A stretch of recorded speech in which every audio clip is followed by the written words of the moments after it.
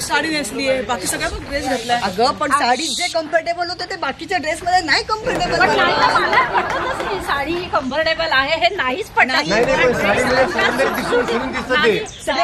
साडीमध्ये ड्रेस मध्ये नाही बिलकुल नाही. ड्रेसचा प्रॉब्लेम असा आहे की तो पटकन घालता येतो. साडी म्हणजे ब्लाऊज बघा बसतंय की नाही, भारतीय संस्कृती किती मस्त आहे, किती छान दिसते. सोज्वळपणा आहे, सोज्वळपणा. नाही साडीत जो सोज्वळपणा आहे तो ड्रेस मध्ये. अरे ट्रिप मध्ये सुद्धा सोज्वळपणा पाहिजे.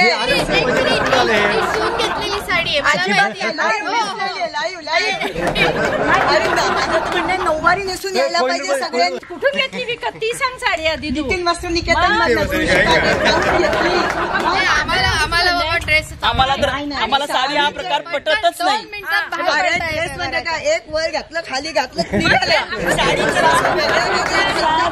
तसा वेश असं पाहिजे. आपल्या महाराष्ट्रात काय साडी पैठणी इरकल साडी पाहिजे. फक्त पैठणी नारायणपेठी सहावार नऊवार भारी भारी जरीच्या साड्या जेव्हा नेसायच्या असतात तेव्हाच. आणि आम्ही फक्त त्या ऑकेजन ते फक्त फंक्शन नको आपल्याला. शाळेमध्ये ऑर्डर मिळाली आपलं फंक्शन रोज असतं.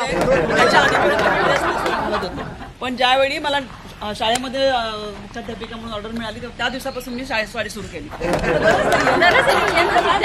अजिबात नाही. साडीत जे तुम्ही कम्फर्टेबल असता आणि साड्या किती वेगळ्या वेगळ्या प्रकारच्या ड्रेसला तुमच्या आहे का वेगळेपणा.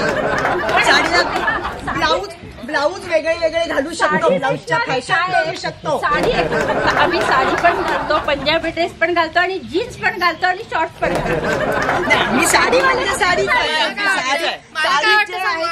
हा सवयीचा प्रश्न. सवयीचा तो ज्याला सवय असते त्याला ते बरोबर वाटतं मला वाटतं. अरे साड्यांचे प्रकार किती आहे. ब्लाऊजचे प्रकार तुम्ही सिवलेस घालू शकता, लांब घालू शकता, पंजाबी एवढ्या साडी कुठल्या प्रकारची असायच्या. एक मिनिट तुम्हाला माहितीये का इरकल नाव ऐकलंय जर का. आपण असं छान एखाद दिवशी मूड आला साडी नेसून गेलो ना तर आज साडी काय विशेष असं विचारलं आम्हाला कोणी विचारत नाही.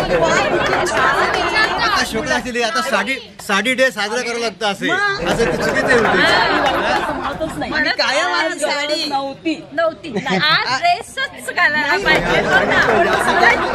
पाहिजे. सगळ्यांपेक्षा वेगळी मी नजरेत भरले असते काय. त्यासाठी काय करायचं, जगापेक्षा वेगळं करायचं. तू काय परदेशात पण तसंच का. हो मी परदेशात पण अशीच गेलं तरी सोडायची नाही. मुलाच्या कॉन्व्होकेशनला मी गेले तेव्हा मी बहे इरकल नेसून गेले होते तेव्हा त्यांनी मला हात लावून असं विचारलं विचारलं